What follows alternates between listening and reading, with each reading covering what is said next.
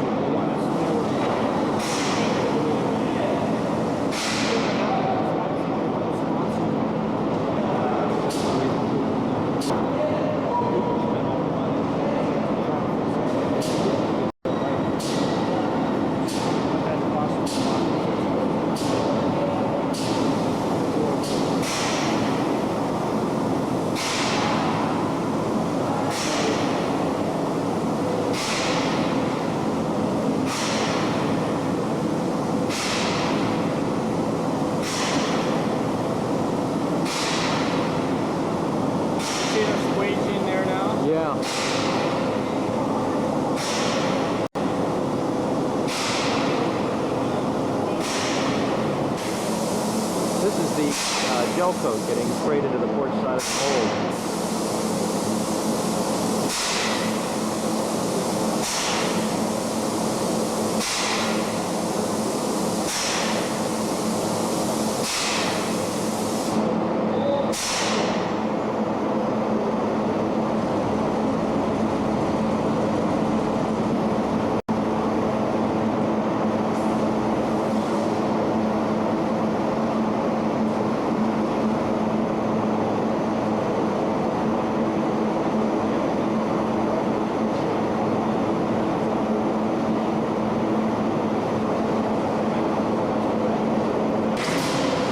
These are the 1,700 gallon side tanks that go either side of the engine room. This is the bottom side of the tank. And they've got big manholes in them. You can actually climb right down inside of them. They're all baffled inside as well. Way down at the other end is the other manhole. All gel coated inside.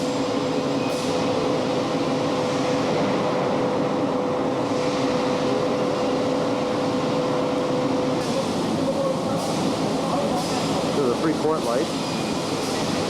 Everything's upside down and kind of inside out.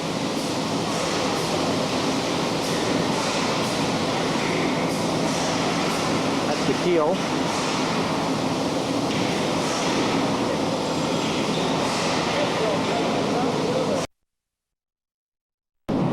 Well, here we are, Friday, January 10th.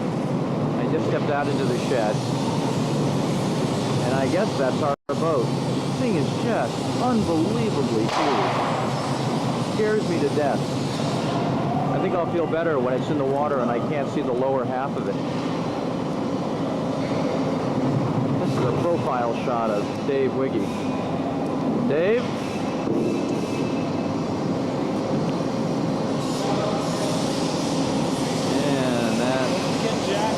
No, I'm getting Jack and Bud right now.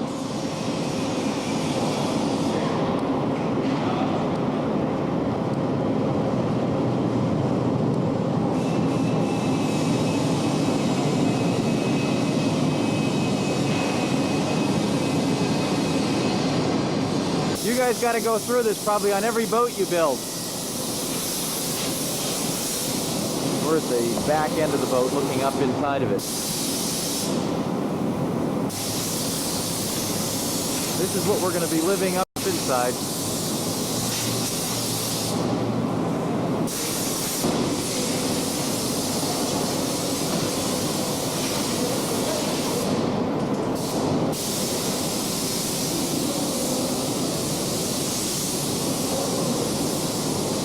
Boat. Well, we're going to get ready to put the stringers in right now. The stringers will run from up there all the way to the intro. And then we'll get 5 layers of glass over. It'll be overlaid with fiberglass. Actually, this area that you see raised up right here, Cliff, The what? that's where the high staterooms are.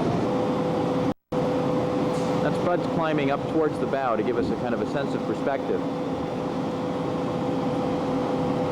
I'm standing at the very back end of the boat, just about where the rudder is, inside the hull, probably kind of in the aft lazarette.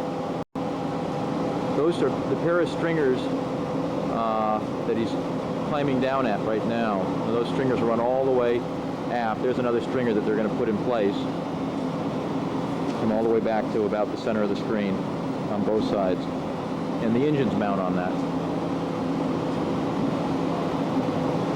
And then each of these thwartship 2x4s that are mounted here represent the longitudinal bulkheads that they'll be laying up in fiberglass, and that's just for position, I assume.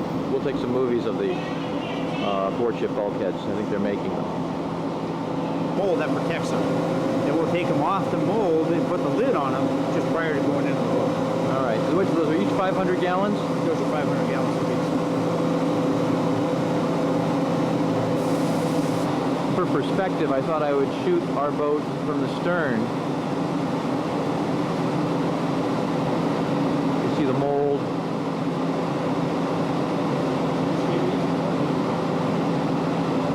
Okay, so that's the mold for the gray and black water tank, 125 gallons. They just use the same mold for both tanks.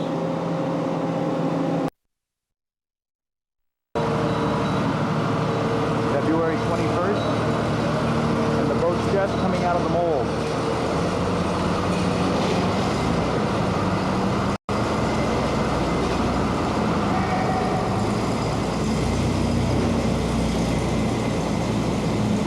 That's Phil Weiss, friend of Barry's.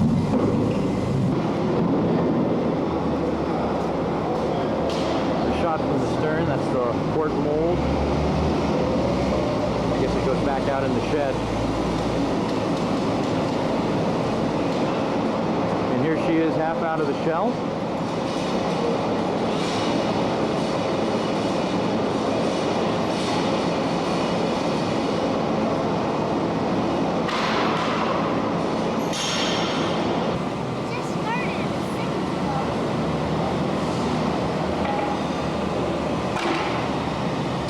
See the rain coming down in the foreground. And they're blocking it up.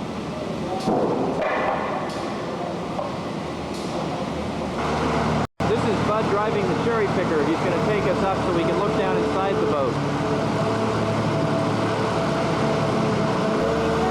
I'm in the cherry picker. These are our decks, the flat decks that go down inside the 70. That one up in the top of the screen has the stabilizer access and the black and gray water tank, and then this one here has the sonar. I guess that one in the middle is the sonar, and then the forward one is for the bow thruster. That's Barry and Margaret in the foreground.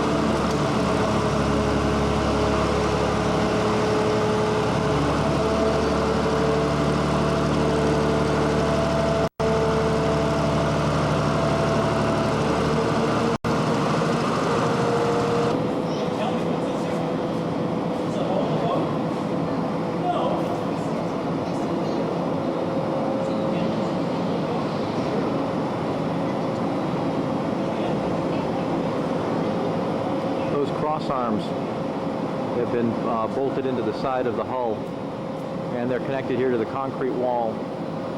And the reason for them being there is they're now going to pull off the starboard side of the mold, and that keeps the boat from falling over.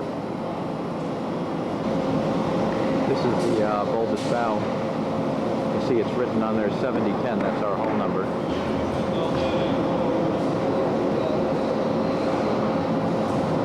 They're using to form it is the Satcom A dome cover off of the Thunder. It had a really nice conical shape. It's really homespun technology, or ingenuity. That's the shaft tube, or the billet that the shaft goes through. That all gets glassed into the boat.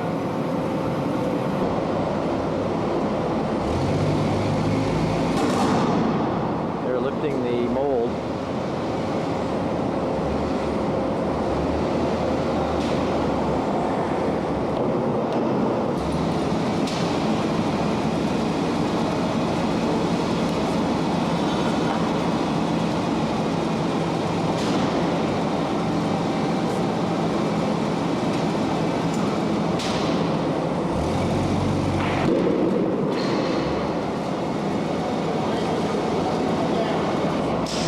There she goes. How is he moving it from there?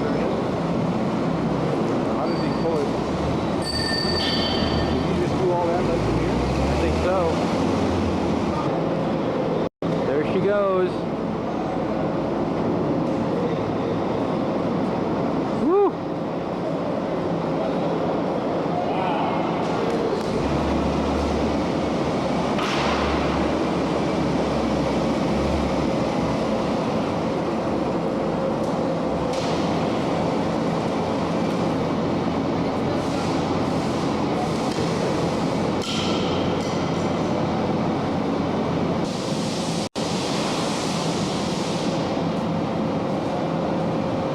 She is. I can't even get it all in the wide angle lens. There's Richard, Shira, Barry. It's the mold on the left. Here, now you can get a better picture of it.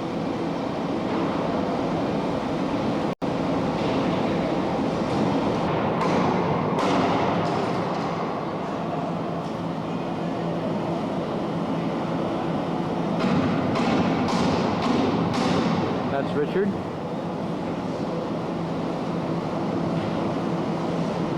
He's going to help give us some scale here. And he also looks like he's helping to hold her up.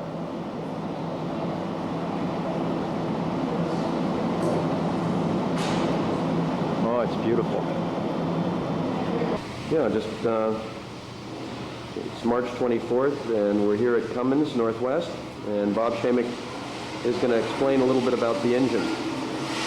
This is page 425 horse. We're going to dyno test it for an hour or so and run it through different RPM ranges.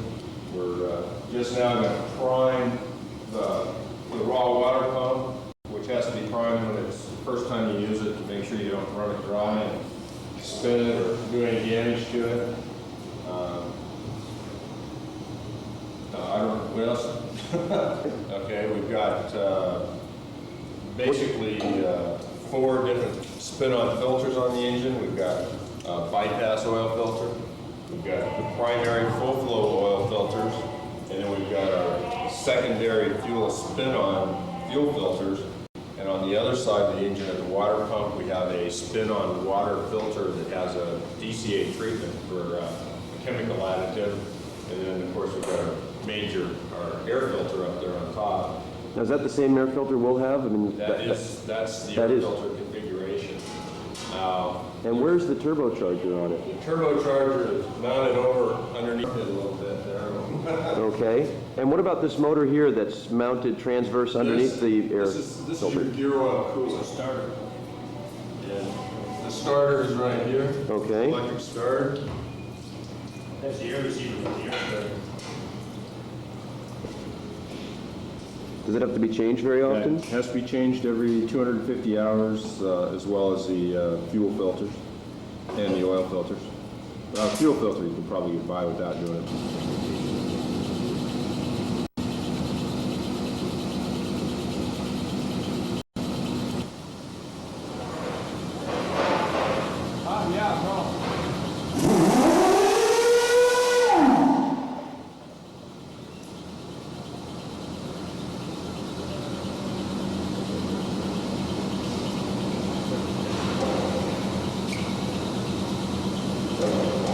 Fuel on.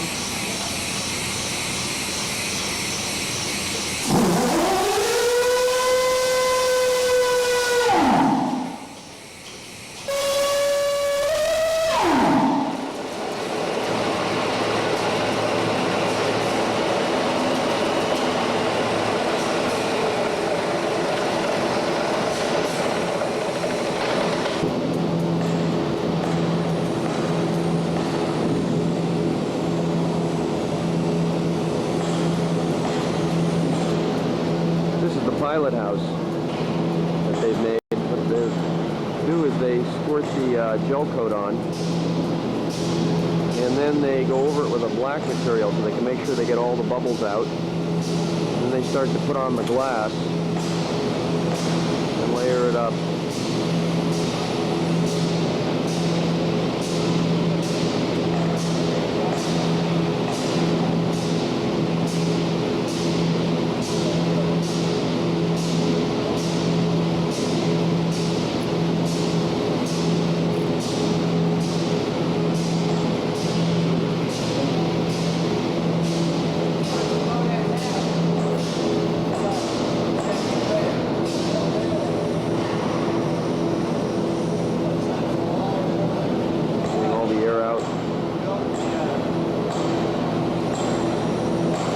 Scissors and just trims it to fit. But how many layers does this get? I can't tell you. I think there's two layers. I think there's 2 layers. Then it has a balls of core, then another layer. But it may be.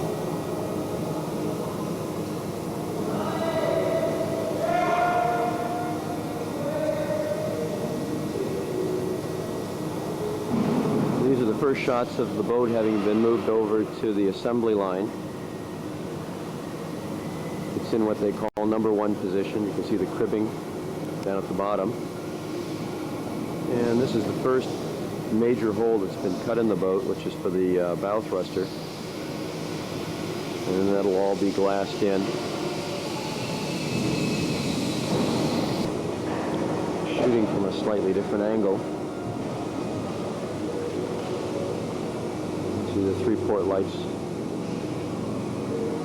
And as I pan back, in the stern is for the aft thruster, and the billet for the shaft, and the rudder post, or it's a temporary rudder post sitting on the shoe and then coming up through the stern just for alignment purposes. And you can see right through the boat. They don't have the tube in yet. They're just getting it ready. Now here's a shot looking forward. I'm standing in the stern of the boat.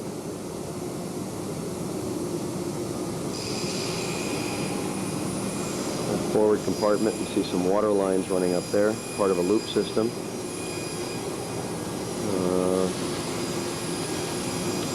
Got a cruise quarters, middle stateroom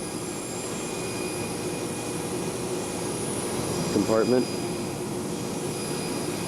and the engine room.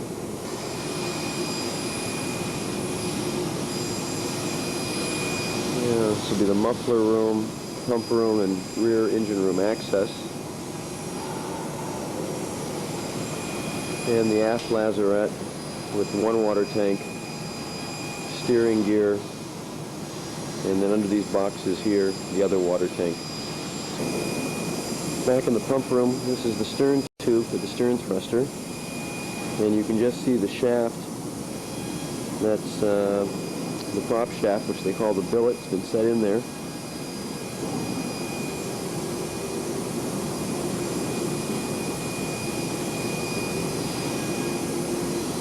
And they're glassing in around it, putting some ballast under it. And the door going into the engine room from the aft side. That's the forward engine room door. And to the left of it will be the electrical panel. That framework in the center of the screen is the battery box, and then the small rectangular compartment for the sink, and then the toolbox, and then more storage. And this big aft section here will house the air conditioning unit in the lower rack, and air handler for air conditioning the engine room on the upper rack. That's fuel tank access hole, which I plan on crawling back into and photographing the stripping lines and fuel suction lines. The top of the fuel tank, you see 3 stainless steel lines running across there. That's the hydraulic power steering lines. On the starboard side of the engine, we've just set both generators in today. And mounted on the wall to the left of the generator is the gyro and hydraulics for the Naiad stabilizers. If you look through the door looking forward into the stateroom compartment, you can see the corner of one of the belly tanks and the sonar tube. And I think next shot I'll walk up and photograph that compartment. Now looking down into the stateroom compartment, that's one of the stabilizing fins. And on the starboard side, the other stabilizing fin. That's the corner of the starboard belly tank, port belly tank, and the fuel fills coming off the back end of them. In the middle of the bilge, just aft of the sonar tube on the right center of the screen, will be the gray water tank. And in the forward of the sonar tube will be the black water tank. And the square marked on the top of the belly tank, I believe, is for the tank tender. And then up against the wall, there's 4 lines wrapped in Rubitex. And I think the top 2 lines are going to be the air conditioning system, chilled water system. And those 2 T's in the center of the screen, what they'll use to tee off to feed the air handlers in these aft staterooms. And the lower lines are water system, hot and cold water. And then this piece of pipe here is going to house electrical lines. And then tucked up high here are the power steering hydraulic lines. Those are stainless. And just panning down here on the floor of the room, you see some of the decks have been laminated up, getting ready to be set in. That forward hole must be access. See, that's the master stateroom compartment. The forward hole, I guess, would be access for maybe the jacuzzi pump. That larger hole is for accessing the washer dryer, lowering it down into the lower stateroom. That's the crane that they use to set the engines in. And this is the deck that covers the stateroom compartment. You have a hatch forward and a hatch aft, and that's to access the black and gray water tank, and each of the starboard and port holes are underneath the Pullmans in the bathrooms, and they access the stabilizers. And they've been lifting these up and setting it down in the boat to dry fit it, make sure it's the right shape for them. And I think they're going to try and set it later in the week. That's the mold for the lower Dodger that goes around the pilot house on the foredeck. It's got a cutout for the anchor windlass to sit in it. They should start glassing that up in the next few days. This middle mold here is for the Dodger that goes around the upper flybridge, and that's all done in glass and finished. And today they just started shooting the pilot house mold with the reverse whaleback windows.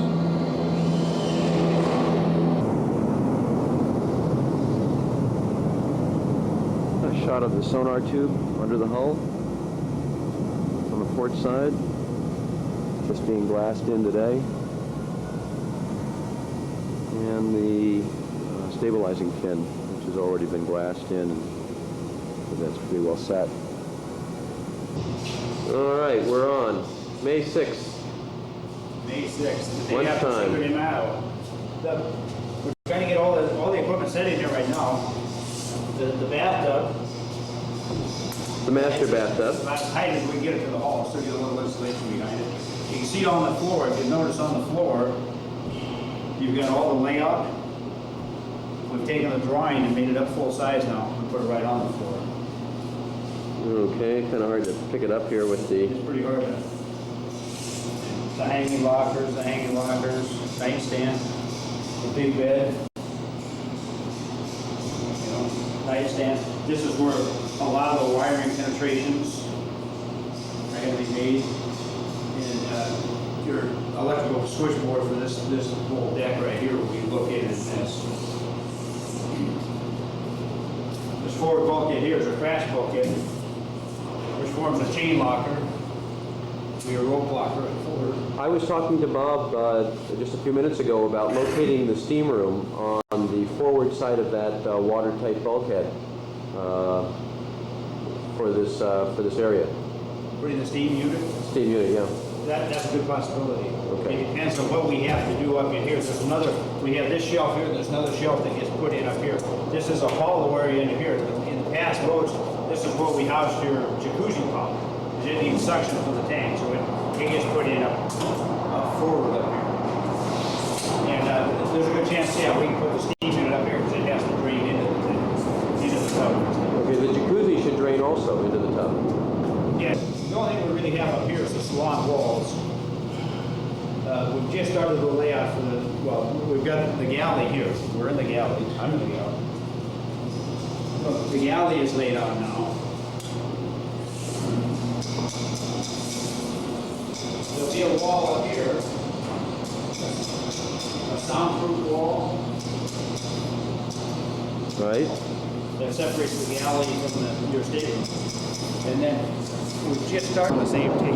Yeah, it's this, okay, we have the salon walls, this is starboard side. You see the vents in the lower end for either the intake, or those intake or exhaust The vents. intake is on the starboard side, the exhaust is on the port side. All right, so if you we see swing more around- holes on the starboard side than the port side. So exhaust has fewer holes.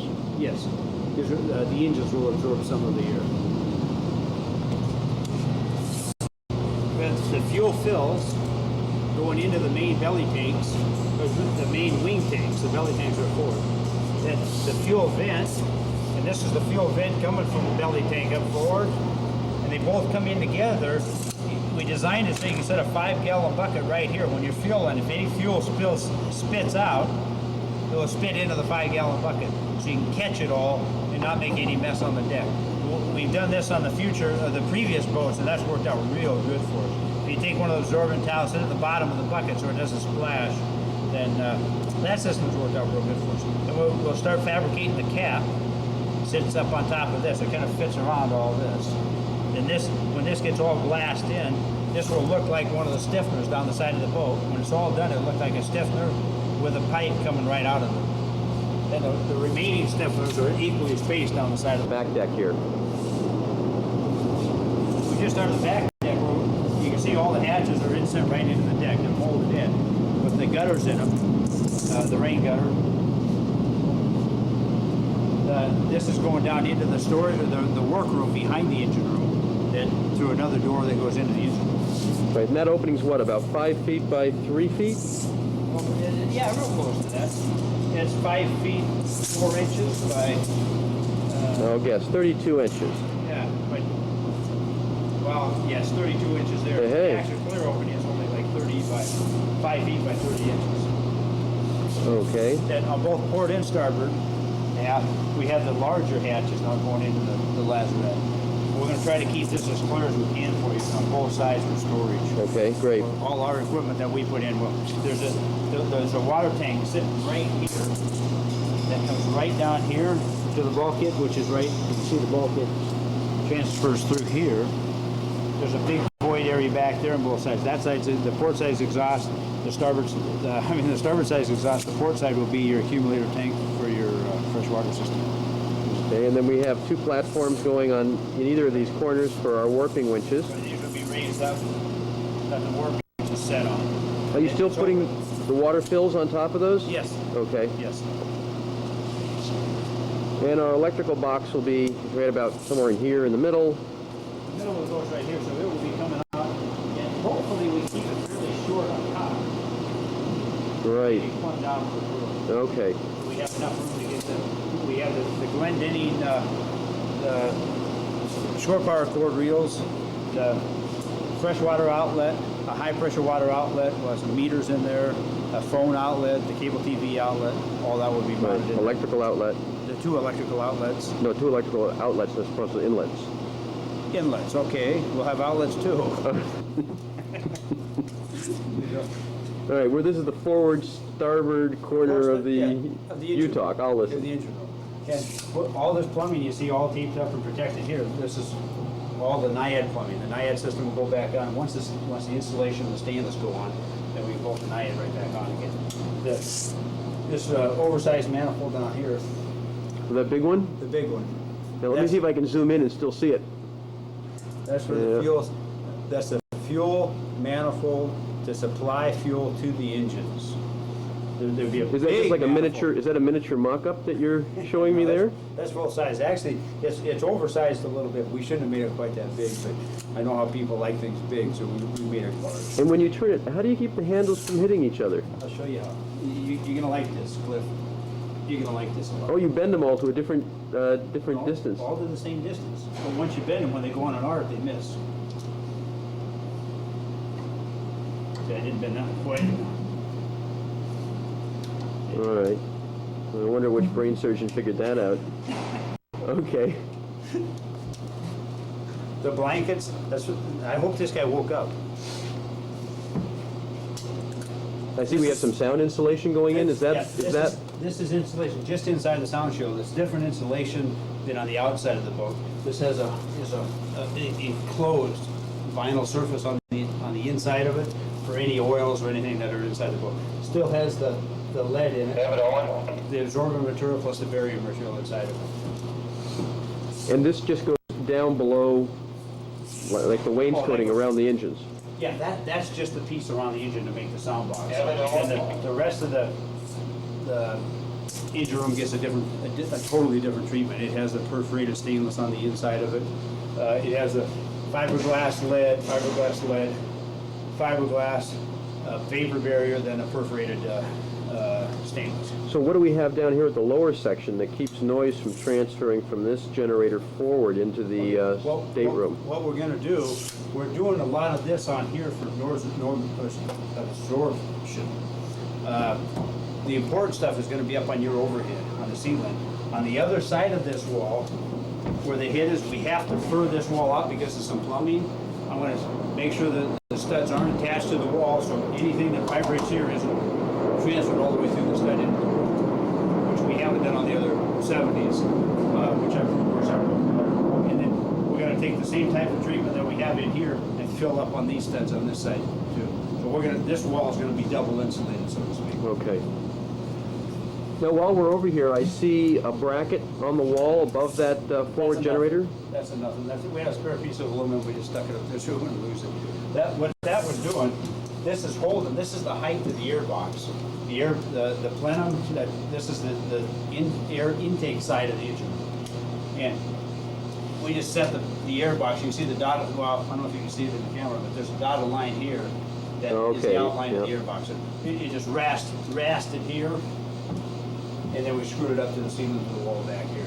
Now I also see two pipes coming out of the top of above the fuel tank. Your eyes are bad. Sure they are. Yeah, these two are wireways. One's heading aft. The big one goes forward, in behind your daughter's stateroom, and the little one goes aft on top of the fuel tank, goes all the way to the last step. The little one right here, that's your tank tender going in for your fuel tank. I see. Okay, great. Now, what about forward of the generator? There's some pipes coming out of... The bottom one is the big one. That's the fuel transfer. That goes to the fuel transfer manifold that will transfer fuel from tank to tank. The middle one is the one that goes to this big manifold here. That's the fuel supply. The small one... The big small manifold, yes. Yeah, the medium-sized manifold. You know, it's like Papa Bear, Mama Bear, and Baby Bear. Now, Baby Bear goes out to the sight glass. And which one would you use? How would you strip the tank? There's two ways of stripping the tank. One would be through how I would strip the tank would be through the transfer manifold. Okay. So you can't use any of those three for stripping then? Yes, the bottom, this one. Both this one and this one go into the bottom of the tank. The big one goes right off the bottom of the tank. The medium-sized one goes a little bit higher. So the transfer manifold will have a port that you go out for filling up your dinghy or anything else. We can probably have a tap in here that you can turn that pump on for a second, and any water that's in it will come out. Okay. I'll double check, but I also think we took the Baby Bear all the way to the very bottom of the tank for the sight gauge. That will also be a real good place to strip the tank. Because as you fill the tank, the water lays on the bottom of the tank. As you fill the tank, you have head pressure on the tank. The fluid, if you see any water in the sight gauge, because that will, as you fill the tank up, any water in the bottom is going to come right up the sight gauge. So you'll see it in the sight gauge. It will have a petcock on the bottom of the sight gauge to drain it up too. Okay. And that will push up through the little line. So there'll be a couple ways to strip with the tank. Okay. Then behind you, we've got generator number one. What we don't see on this generator yet is the hydraulic pump. There's a hydraulic pump that sticks out to here, just about to the wall. Just enough, with the squish of the material, there's just enough room to slide the hydraulic pump off and take it off so you can work out. Okay. And then, you got the fancy valve covers. There's not very much more that we're going to do to the generator except put an exhaust system on it. The exhaust will come from what this mock-up was right here.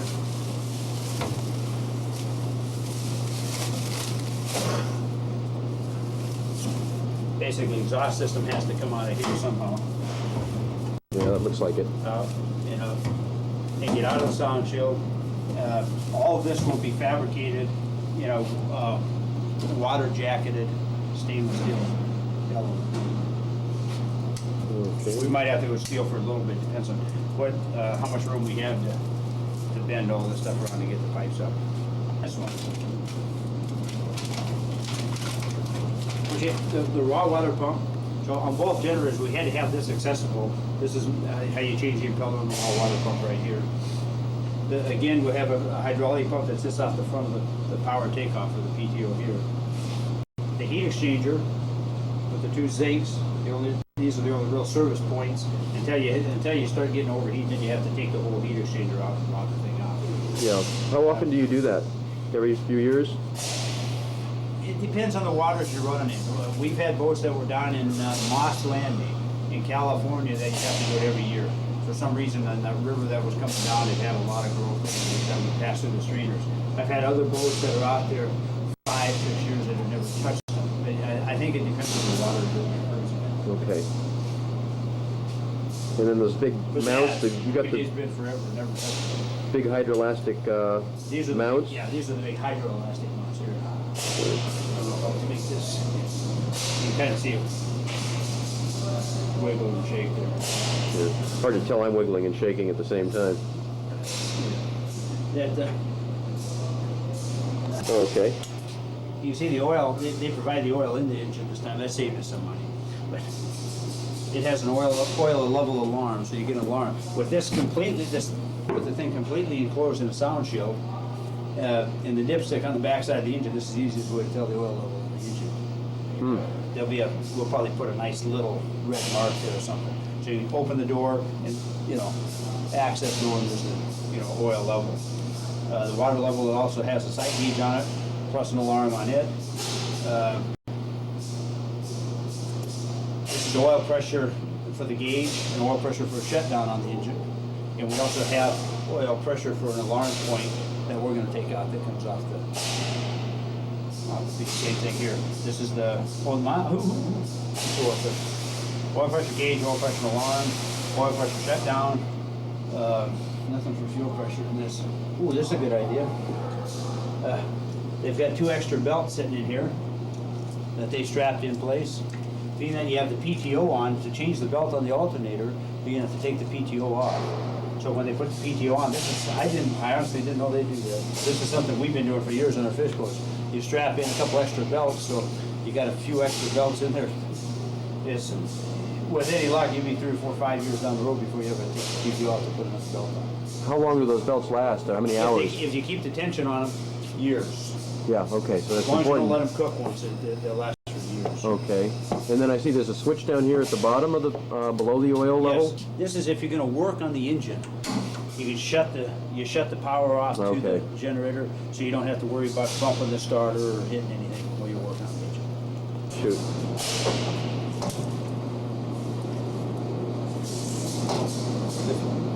This is the red light. This is the axis of the fuel tank. The axis after the walls are all put all the insulation lead and the stainless on. If we remove the panel here, you have to take the sound shield apart to get inside the fuel tank. But there is an adequate access to get in, and inspect the fuel tank if the need ever arises.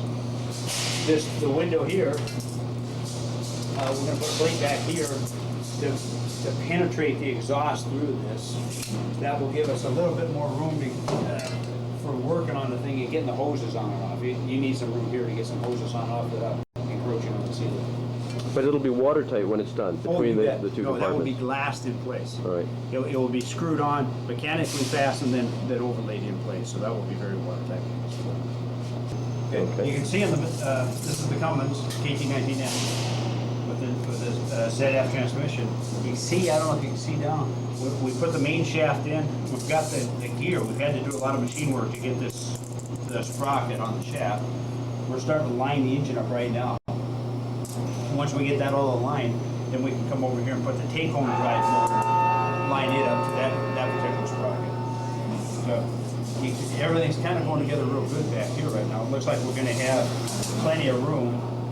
This is another one of those areas that tends to get pretty tight in the boat. We have a lot of seawater piping that has to come around to get to the generators. We got some wires to contend with here, gauge lines, hydraulic lines, especially with the stern thruster. We're going to have to take, somehow we have to penetrate the hydraulics with the stern thruster through this bulkhead. So this area here is going to be fairly cluttered before we're all done with hydraulics and. Can we easily unwrap the sea chest area, do you think, to photograph it, or is it? Yes, I can. We have the main isolation valve. Swing on in, Daryl. Hello. I found this neat case. Yeah. Here, you might want to put it someplace else. Swing on in. We've got a main isolation valve on the sea chest, so if anything happens, if you leave the boat and you're concerned that you might have a leak someplace, and you don't need any seawater in the boat, you can shut the main valve off, and leaves your mind pretty well secure. Got the boat's pretty well secure. We've got generator supply, individual generator supply lines. They will go to each generator have its own separate sea strainer. So if you have to work on when you shut off the main supply line, you go work on sea strainer without sinking the boat. Remember, the water line of the boat is way up here someplace, so all this is underwater. Right. And the rest of these are, again, are individual lines. You have one for the air conditioning condenser pump, you have one for the water maker, you have one for any other saltwater thing that we might want to put in the boat. Like a pump. Like a pump. No, we like to have spare. Yeah, So it's a good hopefully idea. we have one spare. Down here, we have crash, bang, we have the main engine supply. So the main engine supply is separate with its own isolation valve. Again, a big butterfly valve, like the butterfly valve, almost like a commercial valve. We keep that separate from this. So if for any reason you're working on any of this, but because you're having a problem with something plugging up here, if your main engine's still good, you don't have to shut the main engine down if you're in any kind of danger to keep, to work on anything. So it's kind of like wearing a belt suspenders boat. This is the guest stateroom on the port side. Yeah, stateroom. On the port side of the guest stateroom, you kind of maybe you see some of the marks on the floor where all the walls will be. We've kind of laid out all our plumbing up on top. You know, we using a couple of mirrors, so we can figure out what we're going to do on the bottom. All the plumbing, everything you see here with the Rubitex on it, this is the water plumbing. This is the freshwater plumbing. These big lines coming through the air conditioning. That's got 3/4 inch thick Rubitex. This has half inch thick Rubitex. The vacuum system, high pressure wash, then air line. The high pressure wash will go through the boat. That's a freshwater high pressure wash. Then the air line in stainless steel that goes all the way up to the pilot house. Then this particular line right here, that's the sink drain from your sink in the engine room. But we don't want to drain that in the bilge. We figured we'd go ahead and try to put that in there. Those lines that come around continue around here. If we start from the top, we've got the steering lines, the left and right steering lines, and what they call it a bleed line, or a vent. We use like a vent line. That's a well that I'm seeing in the middle there? Yeah, these are stainless steel steering lines. This plastic line is a wire weight conduit. That's just from the engine room. It has a long sweep belt joint, so we're able to pull the wires all the way to this closet area. And we use the closet kind of as a pull box. So we pull the wires in here, then we push the wires on into here. This gets up into the next area that we can access. This gives us an accessibility point in the areas that we can't access. Air conditioning lines, freshwater lines, high pressure air line, high pressure line, vacuum line, and this line here at the very bottom is a fuel vent that goes up to the, as we look at it on the port side. For the exterior, you see some of the things that have progressed on the boat. Now we have the bulbous valve. We just put the nose cone on it. The bulbous valve has all been glassed onto the boat. There's a bulkhead in the middle of it, coming off the stem of the boat and fore and aft. The suction line for the bulb, the suction and discharge line, so we fill the bulb with water or discharge it. The tank tender line tells you how full the water is from the pilot house. 2 transducers in the bottom of it, so you have 1 transducer plus a spare transducer, a vent line. All that's installed. You can see the bow thruster is actually installed in. It has the grid of the bars in front of it. Up above the bow thruster, That's the 55 horsepower? that's the 55 horsepower. Okay, Yes. Above that is you see one hole coming through the side of the boat. That's going to be the deck drain from clear up from the foredeck up where the anchor winch lives. That's the forward hole That's that the I'm forward seeing? hole. The aft hole, the bronze one just behind that, is your toilet overboard via Y valve. So you either go to the black water tank or underwater. Both of those are underwater discharges, so you don't really see them happen, nor do they make any streaks in the hole. Farther back, way under the boat, you see that green transducer pod. That's where all your transducers are housed. That's where they live. on that, the white penetration sticking off the side of the hull is the roll stabilizer. That's the shaft of the roll stabilizer. We were able to get the 16 square foot fins. They've been ordered. They're being built right now. Oh yeah, you can see the Portland. Well, those are the scuppers. The cardboard mock-ups we have on the side of the boat. Those are the scuppers that we are standard commercial scuppers with the hinged doors on them. And so we use that on, that's what's marked up on the port side, and on the starboard side I'll see the, like what Thunder has, just the oval cutout. These are more like what Kessler had, if I remember that. Yeah. Okay, and then that's the transducer pod, and is that the sonar pod too, or just Sonar, transducer? yes. If you can barely see it behind it, the sonar sticks down deeper than the rest of the pod. There's another block that goes up on that fares in with that sonar pod that the transducers are actually mounted in. You take then you can take the transducers on and off without destroying a lot of the boat. So I see you have an access. Is that an access cover? Yes, it is. That's an access for pulling wires in. That gets sealed up. Through the bottom of the boat are several through hull penetrations with packing tubes on them, so we can, when the wire goes through, it gets sealed. And you didn't put one of these accesses on the bulb? No. Yeah, a little bit. We have the seat chest. This is all fiberglass. We build a bunch of slots in it, and we also have a removable door or access that comes off. So you go inside and clean it. Yearly, when you haul the boat out of the water, you go inside and clean it, bottom paint the inside of that too. Instead of the old boats, we used to have to take the whole seat chest off, the whole scoop off. Okay, so moving further aft. Again, we got its bars. These bars are put, instead of horizontal, they're put 90 degrees to the flow of the water. So at speed, the theory of this is to make it look like there's no hole. The water shears past these instead of making turbulence in there. If we had the horizontal bars, the theory is that the water would come in and start making turbulence in front of the propeller. Good thinking. So I see a hole here, just forward of the prop shaft. Yes, this hole, it's a scoop that we put on. You scoop water and go into the water lubricated bearing. The bearing that's inside this is 17 inches long. That bearing is that long, 17 inches long. So yeah, it's a water lubricated bearing. So we need, just to be on the safe side, I want to scoop water to make sure I force a lot of water into that bearing. You can also see the shoe, the 2-inch thick shoe. This shoe support, these are bolted, this is all bolted with doublers to the inside of the hull before we put the billet in. Then we come back and weld that all to this. That's for lateral support of the shoe. A little bit up and down, but mostly for lateral support. If you ever swing and you hit something with this, we don't want to be trying to shear off all the bolts. That way we have to bust the keel off. Wow, good thinking, good thinking. The rudder. A rough idea of the size of the rudder. I'm 7 feet tall. You get kind of a rough idea how tall the rudder is in the back of the boat. It looks like about 7 feet, 7.5 feet. This part of the rudder is 6.5 feet. The rudder in itself is over 7 feet long.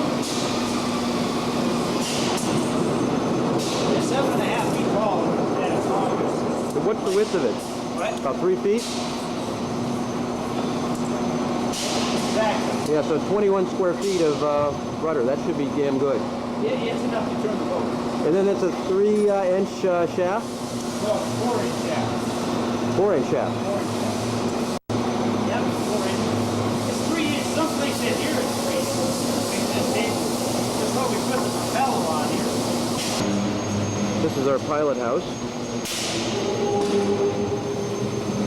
I'll walk over so you can see a profile in the TV of it.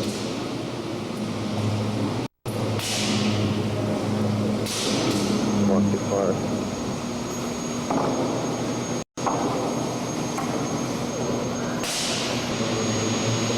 That's a bow-on shot of the pilot house.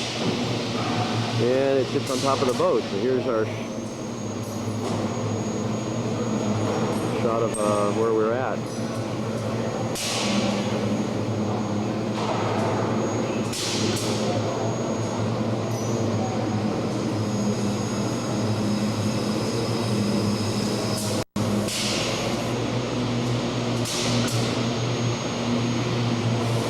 I'll try another shot from further away.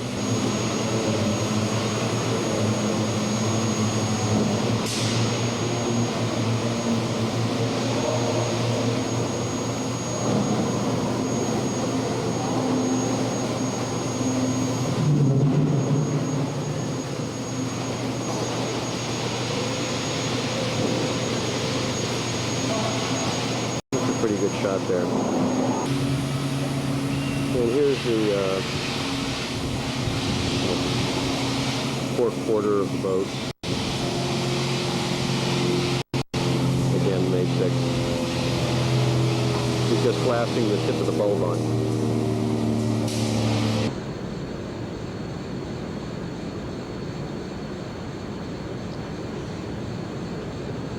Oh, we're here with Bud on Wednesday afternoon, and he's going to give us a tour of our Delta 7010 and let us know where we're at. Well, you know, since the last time we were here, we've sanded the bottom. We're preparing the bottom for the barrier coat, then the 2 layers of bottom paint. I think the bulb has been painted since the last time you were here. On the outside of the boat, there's not a whole lot more progress that's been done. Until you look up, today, on Wednesday, we hung the Dodger. Tomorrow we'll put the final fit on that so we can glue that piece of the puzzle together. The boat deck, above the cabin walls and the boat deck are all permanently glued down now. Maybe we can go over and look at the pilot house. Yeah, the pilot house is on the other side.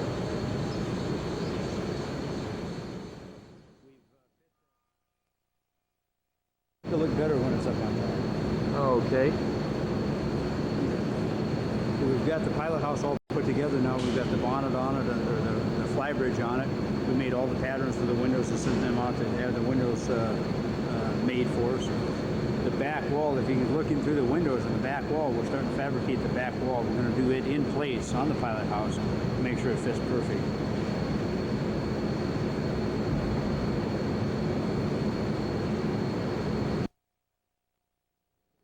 Get a better view from the fly bridge from up here, sitting on top of the pilot house.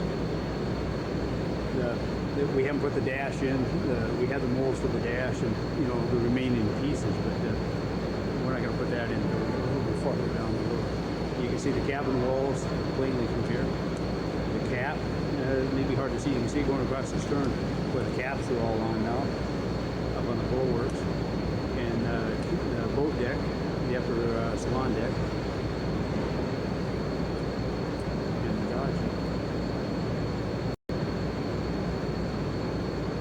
Starting to really take good shape. Let me turn it on and you can give me that. Okay. You can see all 3 exhaust pieces, the 8-inch for the main engine and the 2 3-inch. I've raised it up a little higher than the previous boats. Try to get rid of some of the burbling noise when you're sitting at the dock. It should be a lot quieter exhaust system. Now I see that the exhaust pipe looks like it's extended out beyond the hull. What is that, about a half an inch? Yes, just enough so we get a real good, we back grind the hull and the pipe, and we want to get a lot of layers of fiberglass on the pipe on the outside. So that's all the buildup of the pipe on the outside. So you don't have to worry about any cracking. Okay. You can see up here, we finished all the rough work on the caps. We've got the hardwood in below, the caps, the layers of fiberglass, the crown built onto the cap. Now we're going to come back and put a matte and cloth finish on it so we can sand these out perfectly smooth.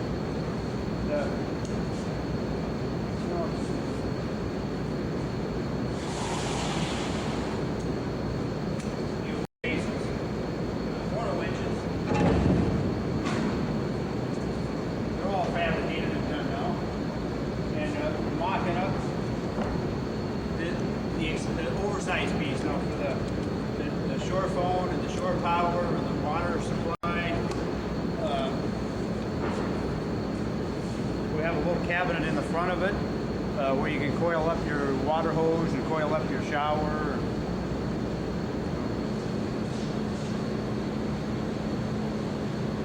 It's the aft door. I'll see if I can walk with this thing. As you come in through the aft door, don't trip and fall. Right. Step. You can see that we're working on the air intakes coming into the boat right now. this is part of the diffuser. And where the air comes through the boat, it has to, it's upside down, but it has to force its way around the diffuser. This is the first place we try to stop the water. It'll be centered in there. Okay. Good, thanks. Okay. The second place we try to stop the water, we'll put a dam in here. So the air comes around the louver, comes up over the dam, around the top of the dam, comes down, goes through the holes, into the engine room, into a box with a drain. If the water gets all the way to there, it will drain down into the bilge. The box, we have one on the starboard side here already. And I'm not going to carry it over there. We haven't put the deflector in there yet, but this is basically what the box looks like. It comes over, covers all the holes, and you can see where when it starts down, it kind of gets a good airflow. Gets the air starting to turn to go the right direction. We'll put insulation, some sound absorbent material inside this. We've done a lot of sound attenuation inside the air box down inside the engine. Okay. We've started to put the whole galley together. We'll have the upper serving bar, the lower galley. We're going to start locating all the appliances next week. The remaining appliances should be here. The sub-zero refrigerator, the stove, the trash compactor, the dishwasher. The sink won't be here for a little bit. We'll get all these appliances put in there so we can finish it and locate it so we can finish all the finish cover, the cabinetry. Today we're playing with window locations, the size, the type, and the location of different windows. So here's the decision we made here.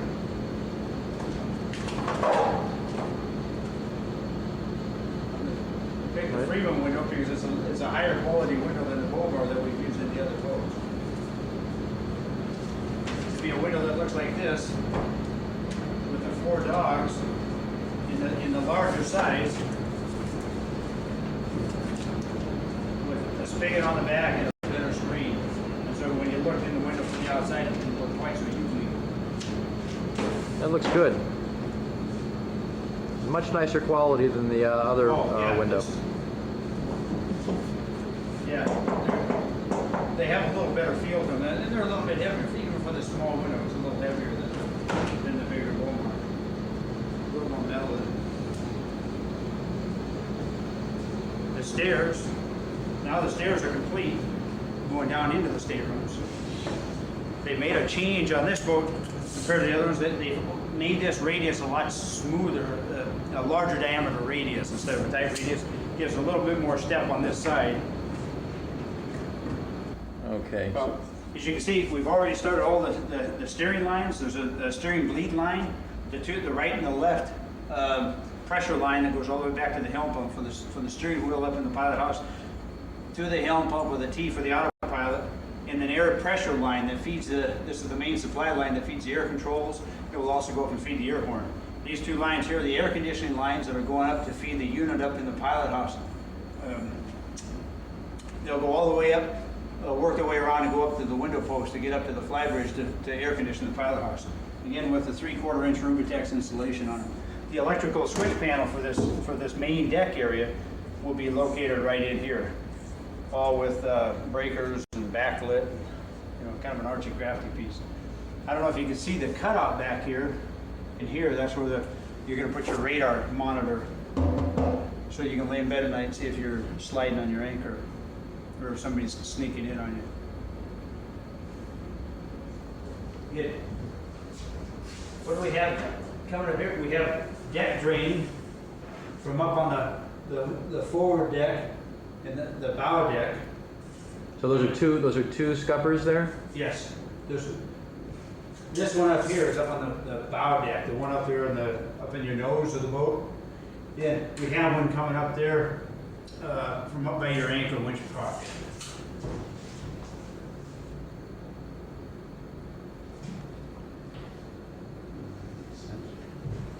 Yeah. And then this line here is your dryer vent. So we're gonna take the dryer, we'll come up here. You go up into the Dodger, you go out through a water restricting drain box to vent your dryer up in the Dodger. And what's the pipe I see that's running parallel to the overhead here? And it says not glued on it. Not glued. That is fresh air. We've changed this boat, how we've done the fresh air into the boat compared to the last boats. We had all the air coming in back there under the stairs, all the air going into the starboard side rooms came in under the outside stairs going to the boat deck. And we had too much chance of mixing air. So this time we're going to take this air for your forward cruise quarters and take it up and pull it from the Dodger up there. Action. Okay, we're starting to play with the jacuzzi pump right now, and we've laid out. We're going to start putting all the jets all the way around the jacuzzi. Oh, this is a fun box. And we've got our fresh water high pressure. Say that twice. We got the high pressure freshwater wash going up into the bow up there. We also have a freshwater low pressure wash up on the bow. Where's that feed from? It's not in yet. It will be one of the freshwater lines. Okay. It'll come from downstairs too. Then we have a deck drain. That's the most forward, the largest one is the deck drain? No, the largest forward is a freshwater fill. We got a freshwater fill, freshwater tank vent, and a deck drain from this deck right above us. Okay. We have the deck drain. There's a deck sitting right up in here, which is the bottom of the chain locker, or the storage locker up on the bow. Mm-hmm. So we drain that water all down into an overboard through hull below water line. So that if we just drained it out the side of the hull, it would chance of streak on the side of the hull. You'll show us that when we're down below then in that Yes. in the cruise quarters. Yes. Then we have a line that's the vent from the top of the freshwater tank. It goes up, it just terminates inside the chain locker.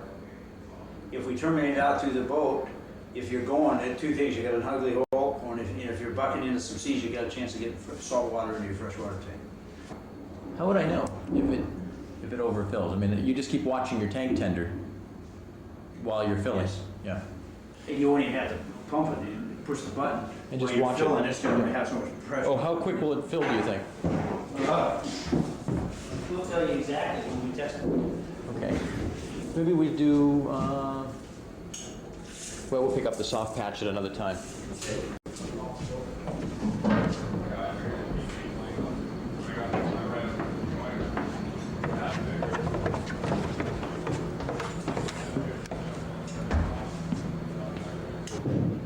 The red light was on. It's on now. Okay, as we noticed up above, we had a line that comes from the upper deck drain, runs down and discharges overboard. We also had a line. Yeah, you're busy right now. I can't. Sorry. This is the deck drain from up above, goes overboard. We saw up above we have a freshwater tank fill, a freshwater tank vent. Then we also saw the void area in the chain locker where it comes down and drains overboard. Instead of just taking it above out of the hull like normal people and through the side of the boat, we figured it would straight the side of the boat if you ever got any dirt in there. We drain it overboard also. This is the high pressure freshwater wash that goes up onto the bow deck up there for washing the anchor chain or washing anything else you want to wash. The fresh water, both the hot and cold lines, we have a continuous loop around the boat. So the water can take its shortest path. If I didn't have a loop in the cold water line, if you're on the sink on the end of the run, you're the last one to get water. With a loop, you may be the first one to get water. So you don't have to worry about everybody turning on a sink and the guy at the end getting nothing.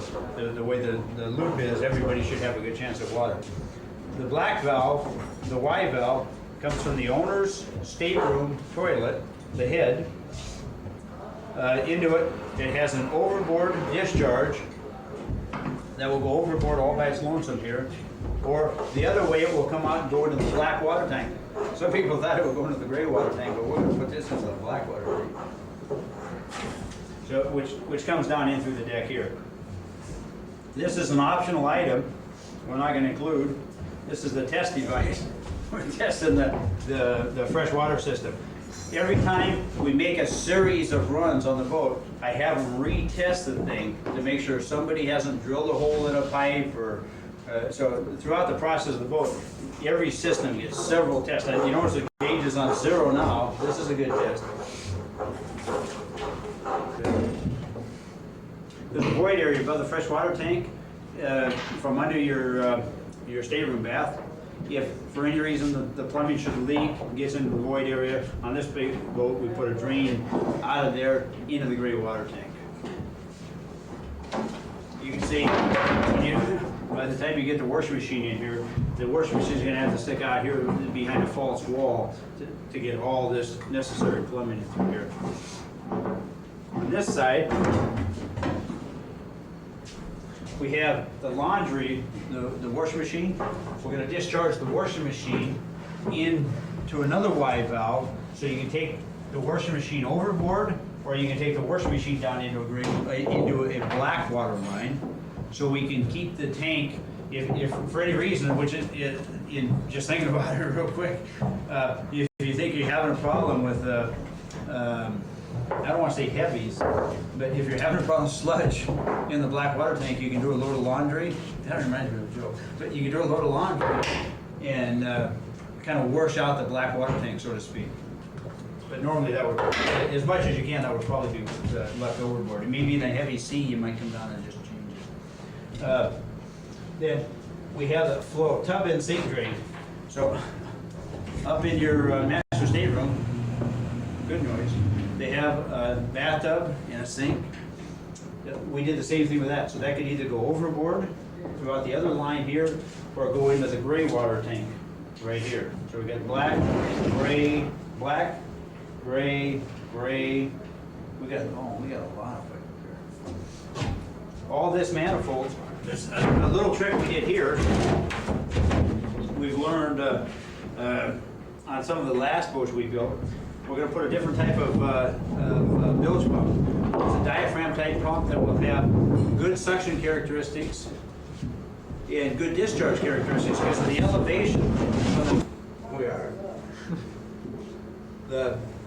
It will have good suction and discharge characteristics. The elevation from the bottom of down where the bow thruster is to the water line is so high up here in the bow of the boat that the normal type of auto bilge pump is very marginal whether it can pump the water out or not. So I'm going to put a pump in that I know positively will pump the water out. And I'm going to put that into the fitting here on the other side of the check valve. So if for any reason somebody mistakenly, Colin mistakenly closed the valve and the auto bilge pump came on, it wouldn't pump water back into the tub or the sink or the laundry room or anything else that is draining out through these pipes, into the laundry center, anything that's draining out through these pipes.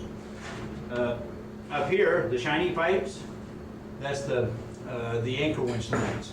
The pressure of the return line that comes from the pumps in the engine room all the way up into the anchor windlass. The wires, we saw the same type of penetration up above. The big wire here is the DC feed to the 24 volt anchor windlass up on the bow, the warping windlass on the bow. They'll have feeds up to jacuzzi pump and alarm feeds, different feeds up in here. I'll probably read them and tell you what some of them are. Like this one here is the dryer feed. That doesn't go up in that pipe. Talking about the dryer, we have a dryer vent. We got this stubbed in, just fitting it right now. A dryer vent will come out, this fiberglass pipe will come out and stop here, and the flexible dryer hose will come into the back of the dryer. We'll do this, that dryer vent will terminate up in the Dodger on the aft end on the starboard side, through a device to try to keep as much water in the rough sea out of the, or when you're washing the boat. We want to keep as much water out of the dryer as we can.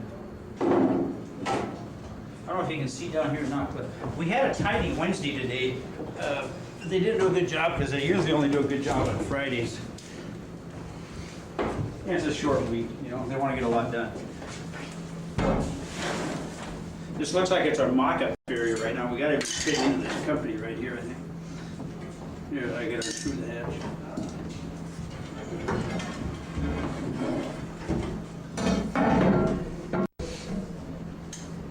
I don't know how well you can see down in there. Pretty well. This is some of the piping that's coming together, the black water and the gray water piping. We have some check valves installed. So water, if water is coming like out of a washing machine, where it's pressurized a little bit more, it doesn't get backwards into another line. And you know, we've done some things to try to protect the different areas of the boat as much as we can. Down in here, you can see the bow thrusters all hooked up now. These are some real high pressure. I mean, they're real stiff. They look like rubber hoses, but they've got 4 layers of wire braided inside these. And here's what we're talking about. Way down in here, the auto bilge pump will sit in this box way down here, and to the water line, that is sitting. The 8-foot water line's right here. So we're sitting at 6 feet of elevation from where the auto bilge pump sits up, which is difficult for one of those little pumps to push up. They can put horizontal a long ways, but they have a tough time pushing that far up. Especially if you come up and kind of you have to get above water line, make a loop so they don't backfeed. The drain plug in the bottom, I don't know if you're quite bottom, that's just temporary in there to keep all the garbage from going down the pipe. There's a pipe that runs from here all the way back to your build system in the engine room. On this side, you can't really... You can see all the pipes coming back. We have the fresh water, the air conditioning lines. The air conditioning lines, as they start in the engine room, they're like 1.5-inch copper tube. Then they work their way down, like here they're 5/8 copper tube. They work their way down as the water comes out of them. You know, you don't need as, you try to keep the velocity about the same all the way through the pipe for efficiency. Fresh water, high pressure wash, fresh water, hot and cold, air conditioning lines, wires. This wire here, this is the main feed. Looks like for the pilot house panel. All this whole trunk will be wires spread out amongst probably about this whole area in here. By the time we get all the wires pushed up into their proper locations. If I want to run additional wires down the road to my pilot house, Yeah. from the engine room, how would I go about doing that? From the pilot house to the engine room? Yeah. What, how we're gonna run the additional wires, you'll be able to snake some wires up here, but what we've done on the starboard side, we put in a wireway that comes in from the engine room, out by the air box, into behind the shower. It has an opening, a break in the pipe in the closet. There's a removable panel in the back of the closet in your daughter's room. Then there's another conduit that continues from there, goes up and gets us out by the galley. I lied to you. Yes, gets us. It stops in the closet in Colin's room, or this crew room. And then we have another conduit continuing from here, the white conduit, which can get us forward, or from this crew room to a wireway, we have a removable hatch under in your counter, where we can get up, and that will take you all the way around, all removable panels all the way up under the pilot house, or to, yeah. All right. And then the port light, where do you have a dead light for that?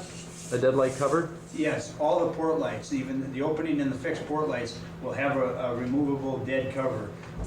Usually we set the dead covers under the mattress, but wherever you want to put them, they'll all have removable dead covers, aluminum covers.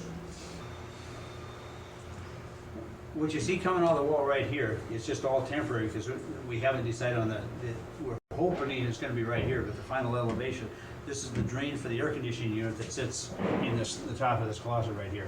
This is one of those vents we talked about earlier that will let the air in, but won't let any air out, any smell out.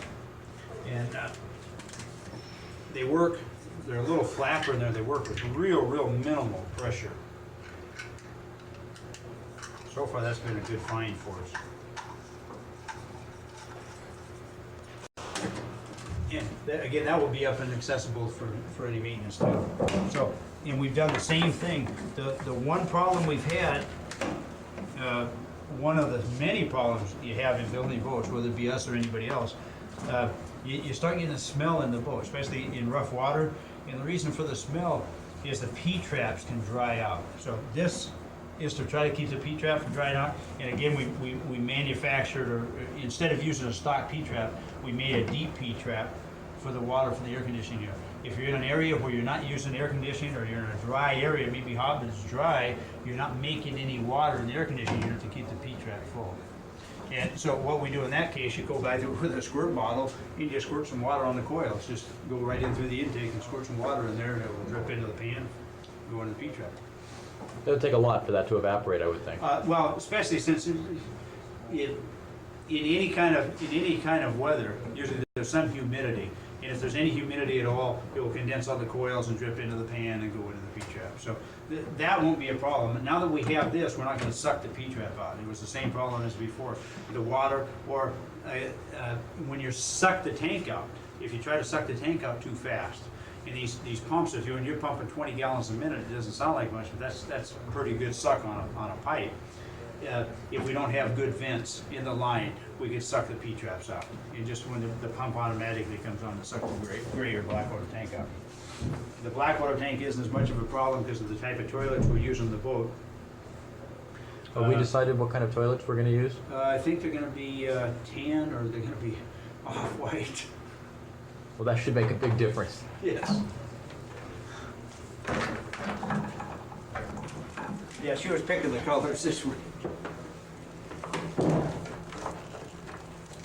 The electricians are starting to get a good jump in on the wires right now. You can see we have a lot of void area left in these pipes. And we pull a pull wire in, so Right, we've got good. something to pull. This probably, I don't know if we'll probably leave something like this in. You should leave a polypropylene or some kind of Yeah. pull wire. You need something that's slippery, and that'd be a good thing to leave. Sometimes what we do is leave a piece of wire in. It's fairly I think, strong yeah, and but the small diameter. Yellow polypropylene would be good, though. That's Yeah, what we depends use. how much diameter we have left.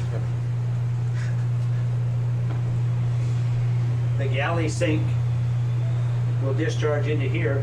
Again, we're gonna have a Y valve for the galley sink, but the Y valve will be mounted up under the galley sink. So you can either go overboard or go down into the gray water line, which is right here. So you see two holes here. I don't know if you can really see it, Cliff. It's Yeah. really hard to see, but this one goes down in the gray water tank. This one will come out into the through hole with a Y valve mounted upstairs, where it's easy to get in. Oh, the Y valve's mounted up in the galley. Yes, up in the galley behind Alright. the sink someplace. And then what about the dishwasher? Where does the dishwasher? The dishwasher dumps into the sink just like in your house. It Okay, so it comes down the same drain. comes down the Alright. same drain. And then maybe tell us a little bit about that bulkhead. The bulkhead that we're looking at here is common to Jacqueline's stateroom. Yes. And how is that bulkhead constructed for soundproofing and structure? I guess we got real generous with you. You mentioned that you would like to have, we had to further the wall out so far to conceal some piping and stuff anyway. So we furthed the wall out 3 1/2 inches, which would be like a normal stud. And in that 3 1/2 inches, we put in, on this side of the bulkhead, we have noise absorbing material plus a lead barrier material, more absorbing material and another layer of lead. So this is all 3 1/2 inch insulation with 2 layers of lead in it to try to barrier as much noise as we can from this room to Jacqueline's room. And we'll fill in this, as much as we can on this last piece. And you can see where we started here. We'll put in all the pieces we can around all this too. So everything will have as much as we can. The other walls, we'll put in just a noise absorbent material, just straight fiberglass without the lead in all these walls here. Now, once you get beyond the fiberglass battens that you put Okay. in there, then you come to what looks like a fiberglass This is a bulkhead, fiberglass cord bulkhead. which is about how thick? If I remember right, that thing is 2 1/2 inches thick. So there's a lot of soundproofing right there. I mean, Yes. that will be an absolute, then kind of breaks the connection from one room Yes. to the other there. Yes. Okay, and that coring And then- material, is that a pretty good sound absorbing material? It Fairly is, dense? yes. There's a lot of schools of thought on sound absorption or sound attenuation. One of them is just making the structure heavy, and which we have done. We've accomplished that in that wall. They're That wall talking- is dead. It doesn't ring when you hit it. It's You dead. got 2.5 inches plus 3.5. Plus another couple, either 2 or 3 inches on the other side. So this whole process is somewhat repeated again on Jacqueline's Yes, side. yes. So you've got about 8-9 inches. I mean, this is a Yes, bulletproof. it should be a real, to say it's gonna be absolutely bulletproof, I can't say that, but, if you fire a shotgun in this room, there's a good chance you might hear it. But, Okay. even with all this is where the noise can go out here through the door, Yeah. I'll Turn the lights on, here bud. so you can see a little better. Good. We have 2 pipes here. This is also a new wrinkle that we've never done on the other 70 footers. On the other boats, the black and the gray water, which the tanks are located below our feet right now, those tanks would vent together. One tank would vent into the other tank. Then up and overboard, we'll go all the way up to the top of this deck, then go out under the main guard on the starboard side of the boat. What we found to be a problem with that, it worked real good until the boat got into a heavy sea. And if the boat ever got into a starboard sea, the water pressure coming up along the side of the boat would force pressure into that pipe, into the tanks, and out into the boat. In other words, it would force bubbles out through the P-traps or any place in the boat. You start getting real rough water, you start getting the smell of the boat. So if you're getting sick in the toilet, and you're putting it in the black water tank, it's just putting more smell into the roof. So now, tell me, how do these work? You've got What we're doing now, we're taking the vents separately until we get above this deck. We tie the vents together, which that in itself is not a problem. The air's not going to come down. And then we're going up your mast. We're going to try to get them all the way up your mast. Oh, okay, great. Yeah. So I imagine the forward one is the gray and the aft one is the black? Or, Yes. okay. Yes, 4 tanks of gray water tank, the aft tanks of black water tank. Then there's a bunch of pipes running along the overhead here between the 2 staterooms. Air conditioning and air conditioning. What we had to do, normally we would have just one set of pipes coming in here for air conditioning. Right? We split it up with 2 sets of pipes so we can drop the diameter of the pipe. It's acting just like another drop. It's to drop the diameter of the pipe so we can keep the ceiling height as high as we can. I see, okay. Okay, we're now in Jacqueline's stateroom. This is the drawing hanging up on the wall. That's the plan view. Her bunk bed's in the lower right-hand corner. Across from them, inboard and forward is her desk, shelving and TV. Working aft, her closet, and then into the head.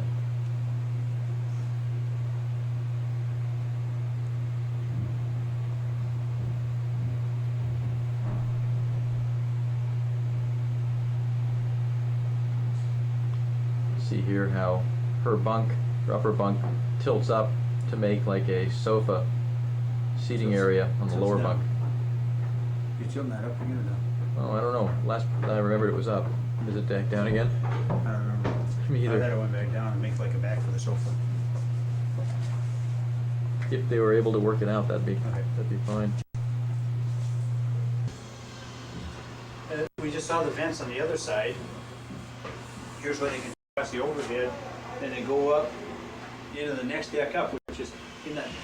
This is the outer deck out here, and this is right up in here is that stair area, where there's kind of a void area back there under the stairs where we can bring all. We try to bring as much piping and garbage through as we can. This is the air conditioning we saw on the other side coming through. This is the air conditioning that continues on, goes up and feeds the salon in the galley. The aft lines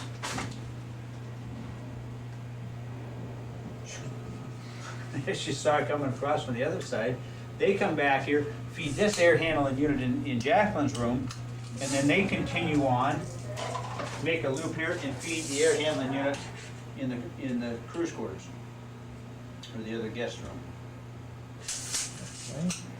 And we've got that down so we keep the ceiling height here as high as practical, which right now we should have a 7.5 finished height. Okay. You saw the conduit on the other side. This is the wireway conduit that continues through. You can see right now it's fairly empty.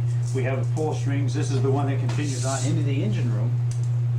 So, and this is the closet area right here.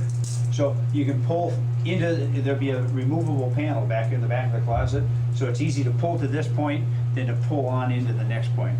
This black pipe that you see here, this is gonna be fresh air coming into the air conditioning compartment. So it will be, there will be a switch someplace in this room, a variable speed switch, to allow you to bring more fresh air, a variable amount of fresh air into the room.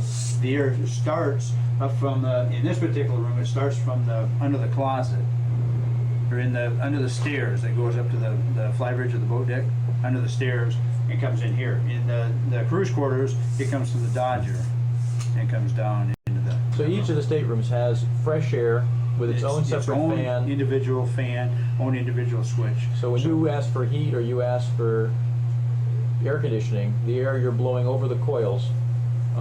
You have a choice whether you want to have makeup air or outside air Or coming in, or recirculating just the same. recirculate the I air. see. Great. I think that's a great feature. Right, this is the guest stateroom now, The port port side. guest stateroom. Now we're on the port side guest stateroom. Yeah, it's kind of symmetrical the same way as the other one, but boy, this is nice. Same way where we have the wire conduit coming into both, coming and leaving both sides of the closet. Comes from the engine room. This one goes up on the port side, goes into the area where we have the mechanical room where the hot water tanks and the circulator pump is. Air conditioning, again, as it carries on through the boat, we have the air conditioning with the 3/4 inch Rubatex, the hot and cold water with the 1/2 inch Rubatex, the high pressure wash in the air line, and this is just a piece of scrap too. The vacuum system, and the fuel vent that goes up to the deck, which we've seen in earlier days. We got the power steering lines up top Yes. there. The left and right steering and the bleed line, these are the ones that they continue up and go up where the electrical panel was, go all the way to the dash. These are in pretty much complete now. Well, these brackets look interesting. I see in the ceiling. These are homemade. You can't buy these anywhere. What are they for? This is to hang the air conditioning unit. I hang the air conditioning unit, I kind of suspend it between some rubber in here. And they're adjustable. What we're gonna do, this ceiling has a slope this way. I'm gonna tip the units with a little bit of slope this way to make sure they drain positively. Is that how you always make them? Like that? You always suspend them? This is oh yes. Yes. You do. They don't just sit on the cabinet then. Oh, God, no. No, I always suspend them from the ceiling. These are a little heavier duty than what we used to do in the past. Only by the addition of this. Usually I've just had the rod sticking down and I double nutted it into the rod. But this time I have something a little bit more secure to tighten it up against. Okay. We'll see it more next time we video it. We'll see the units. Yeah, in fact, we had units hanging today, but we took them down because they're going to put another wall in. Back in the bathroom, you can, in earlier pictures, we've seen the NIAD system. Now you can see the accessibility to the NIAD. Yeah, we've never really taken a look at it, so this will be our first time that I've seen it since it's been in the boat. Yeah, you can see we've got the bonding, we've got this wire here. Behind here, there's just a little, what they call a potentiometer that you set the rudder angle, or the fin angle positioning with. For the fin angle meter up there in the pilot house. Then all the plumbing is all hooked up. We've added, this is an option that we put in, these are lock valves. So when you center the fins and you shut the hydraulic fluid off, the fins just don't fall, they just don't sag into the middle. Also for backing, will they also lock? That's the reason. As long as you have the engine running in the centered position, the fins will hold themselves. If you center them, then shut them off, without that lock valve, the fins could fall in or fall out. So when you're backing the boat up, it tends to want to steer the boat. It's really a bear to back up. You can see a lot of the rough-in plumbing installed right now. We'll have the shower line. Here's the air conditioning lines coming through. The fresh and the hot and cold water. This is the other end of their loop coming around the boat. And the shower lines, sink lines. We have the threaded fittings here, and we'll put valves in under the sink. To have just angle in a house. stops, yeah. Angle stops, yes, just like in your houses. The gray water coming out, so we get gray water from the sink. This gray water coming in here, I don't know if you can really see it, Yeah. but this gray water coming in here is coming from the sink in the engine room. And this continues around here, goes all the way around and picks up the air conditioning drain. Oh, and Jack, in the guest stateroom. In the guest stateroom, yes. Again, then we have the high pressure wash and the air line, the vacuum system coming through. Then you can see underneath, then all we do is we hit here, it's a fairly short run to the gray water tank. And behind us here, you can see the penetrations through the floor. We have a penetration coming up for the pressure water coming into the head, and for the drain coming out, the water, discharge water coming out of the toilet. Now, what about the idea of putting a drain in these toilet compartments with just a on-off valve, through-hull valve, just a little Yes. ball valve that would stay closed all the time, so the compartment Yeah. beneath it's watertight? We could do something like that. It would actually be fairly simple to do, and we could do it anytime between now and when what we should do is get the cabinets in. We know this thing has a slope in one direction. We should put the cabinets in and get the thing in under the toe kick or someplace as far aft as we can because of the slope. So,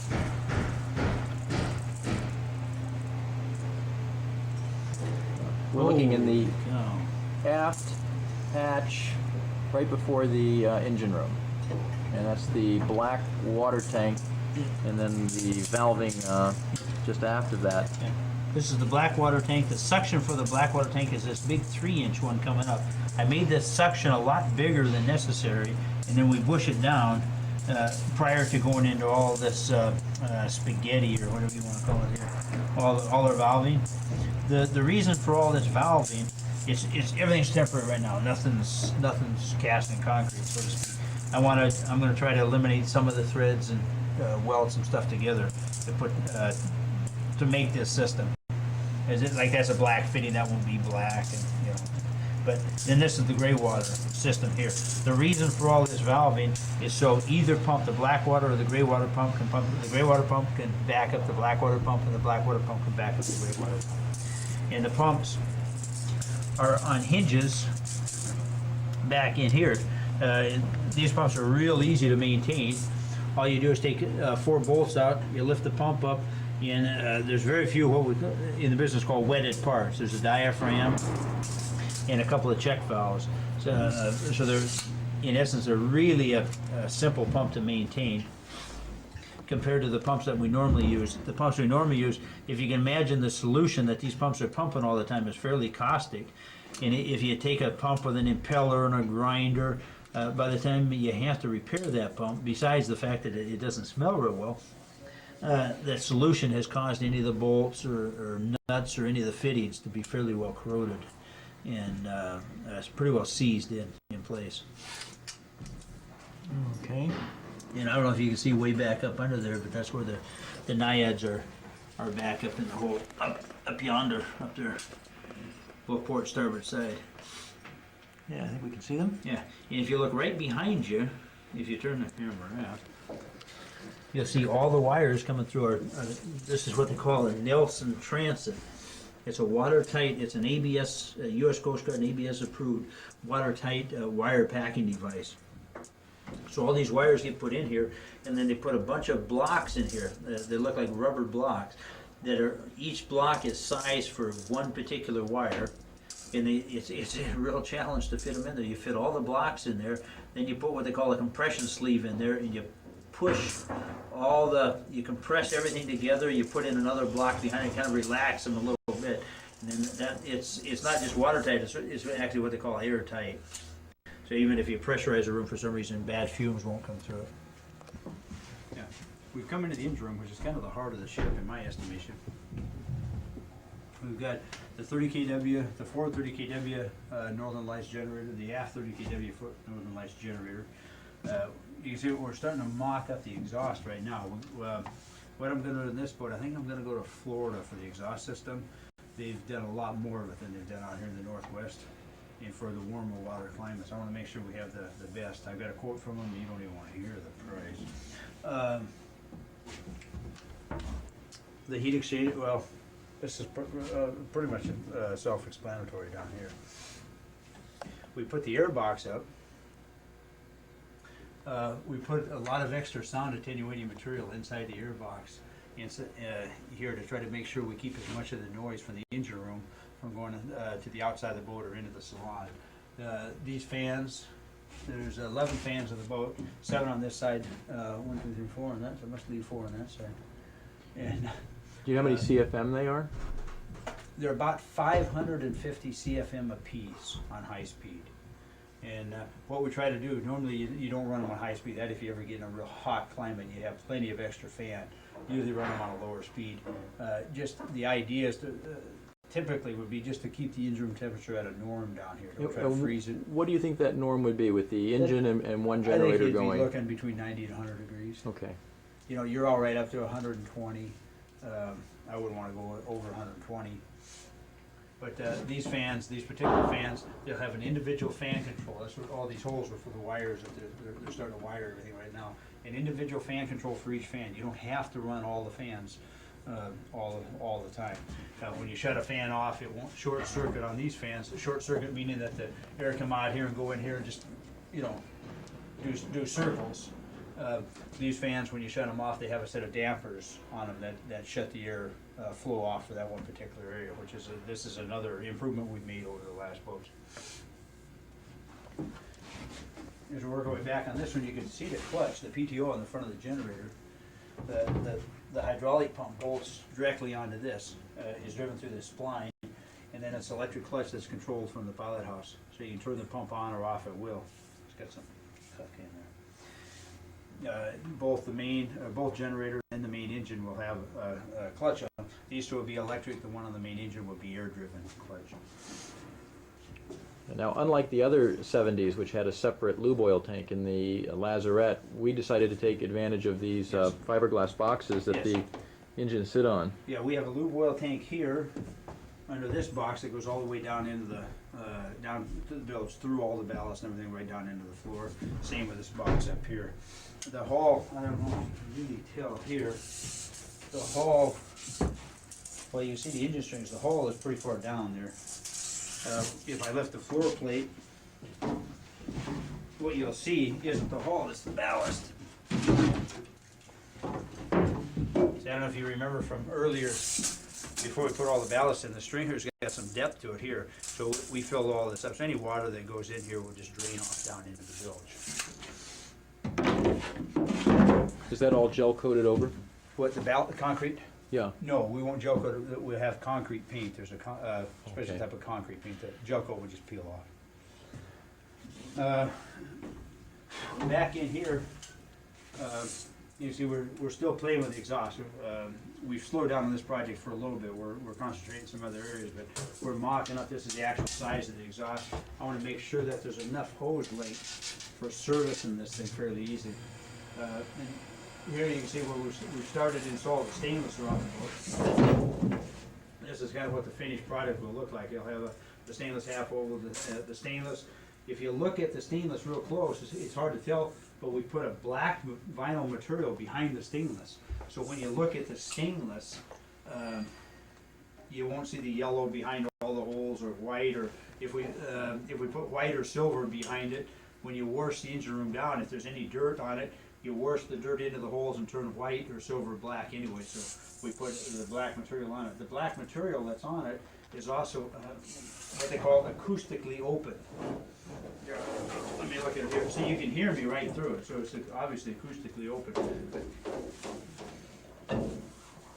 It's a vinyl material, and it's got some texture to it. So it's like millions of little holes in the material. So, but what we want to do, we don't want to just bounce the noise around to the engine room. We want to get the noise through the holes. This is 36% open area. We want to get the noise through the holes and into the sound absorbing material. And made it so that the noise couldn't get out. The noise is accumulative. Is it the noise generated machine? And noise has mass. So you have to this lead. If you can actually measure this lead, you're driving the lead. The noise comes out, hits the lead, and it tries to move the lead. It goes into the next layer of material, and it actually is dissipated as heat. in the engine room. You can't destroy mass. I mean, you have to do something to matter. I mean, noise actually has mass, so to speak, and you have to do something with it. It has energy, and you can't just, energy just doesn't go away. You have to do something with it. So what we're doing is turning the sound energy into heat, and we're doing it in what it's taking and driving the lead, or it's driving the bulkhead, or it's driving the something, and doing some work, and we're trying to turn it into heat. That's the easiest way to dissipate it. Is this the same kind of soundproofing that you do on like the Princess Gloria? Exactly the same soundproofing as a Princess Gloria. And that was a very or the quiet Taurus. boat, yeah. Yes. Even the 70s, the later 70s were a fairly quiet boat. One thing that we've learned over years and years of building fiberglass boats, especially of this type, after about a year, is when you build the boats, you're building and you're attaching all this stuff together, it's like you're building stress into the boat.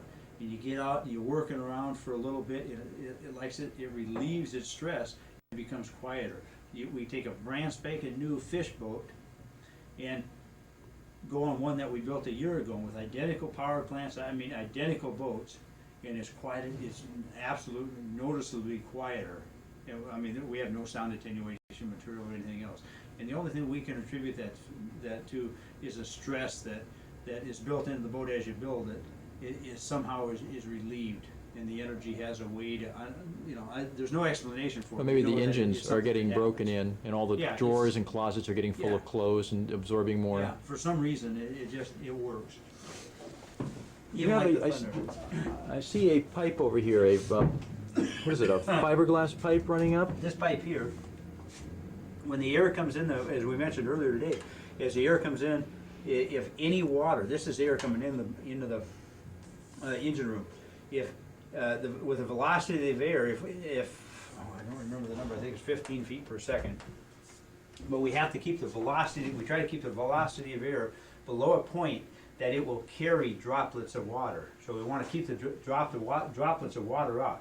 If for some reason you get too much water in there, if you get too much water where a wave comes up and basically plugs the hole, the fans are still pulling, it will run the velocity of air up, the droplets of water will come in with the air, right, over all the dams that we've created and get into the box. So once it gets into the box, the velocity of the air is going to drop again, because the box is so big, it drops the velocity of the air. Even though the fans are here still pulling, the velocity of the air drops, the water drops out, and this thing is sloped aft, and we drain the water into the bilge. Now, in theory, that's how it all works. In practice, with the boat jostling around, you may still get a little bit of salt crust or something on the fans on this side of the boat. But it's easy enough to disassemble it and Yeah, clean it they're up. very and- easy to assemble. You push two tabs and the thing comes apart.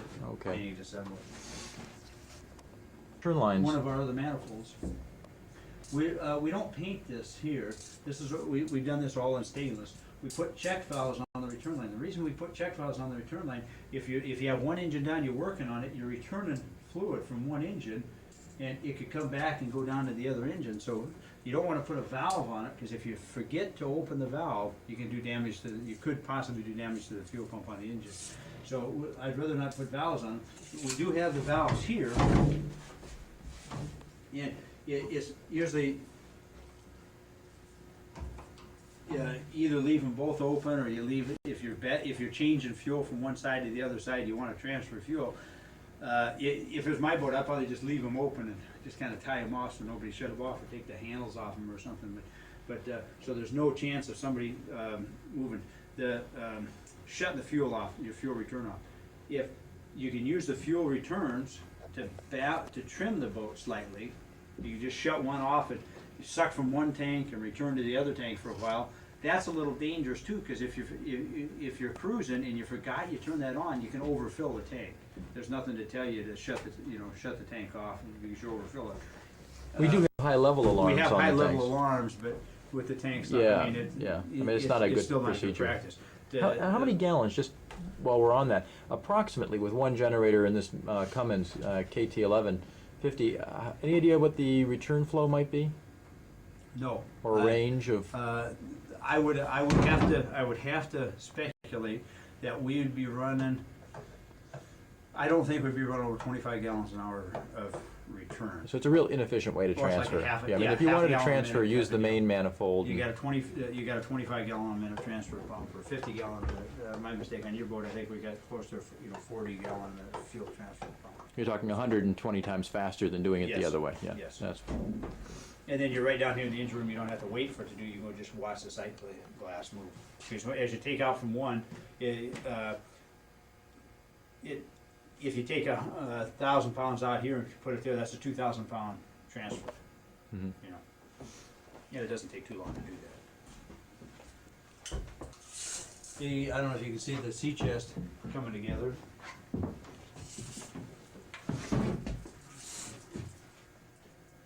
Again, now we've got the sea chest coming together, and we're going to use this as a vent and a spare generator, condenser pump, water maker,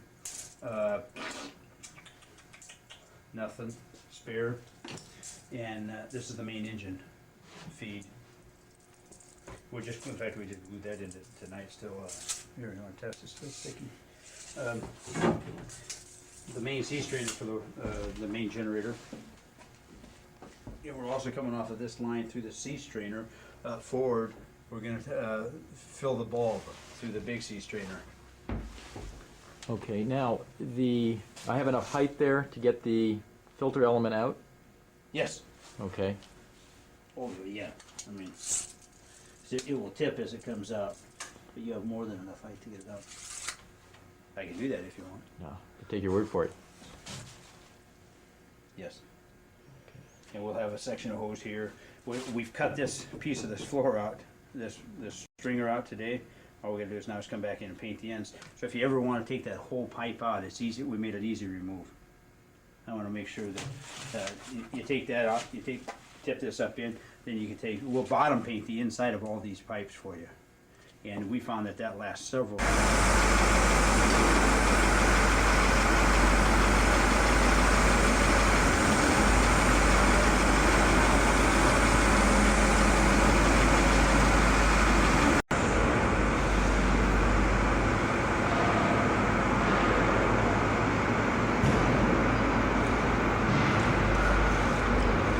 Now this is a big day.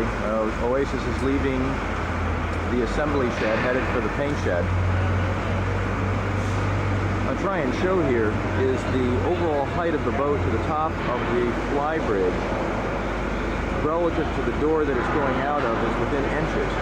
So if you notice here on the front of the boat, that platform there is considered the wheels. And what it's doing is floating on an air cushion. And as soon as it gets out under the door, then they'll raise it up and put it on standard wheels and trivet. Now, with that airfoil, they can actually push the boat sideways. You see the guys here leaning on the bulb?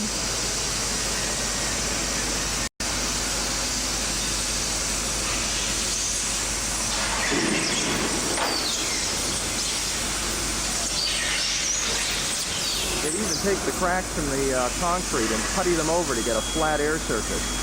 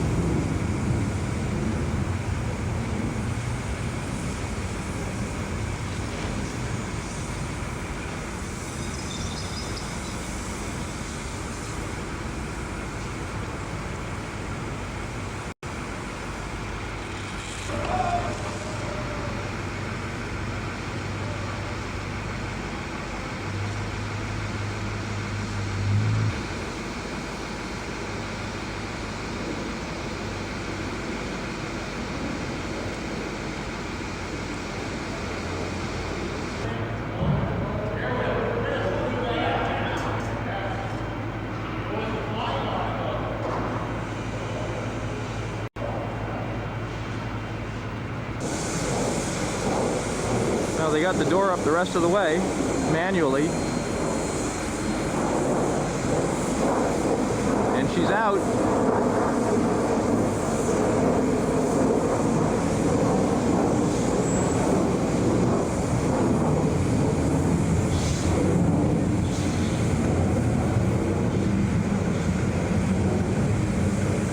At this point, they'll take the air pad out from underneath and put the wheels under it.